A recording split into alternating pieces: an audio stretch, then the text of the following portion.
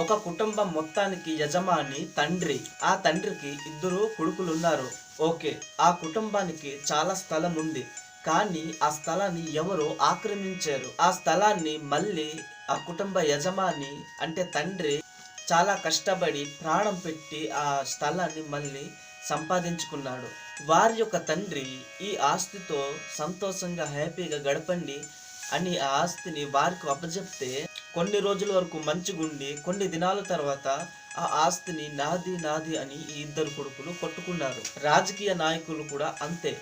కుటుంబం అంటే దేశ ప్రజలు అని అర్థం. తండ్రి అంటే దేశ నాయకులని అర్థం. కొడుకులు అంటే రాజకీయ నాయకులు. ఆనాటి దేశ నాయకులు ఎంతో కష్టపడి బ్రిటిష్ నుంచి స్వతంత్రం తెచ్చి ఇస్తే ఈనాటి రాజకీయ నాయకులు నేను పరిపాలించాలని కొట్టుకుంటారు.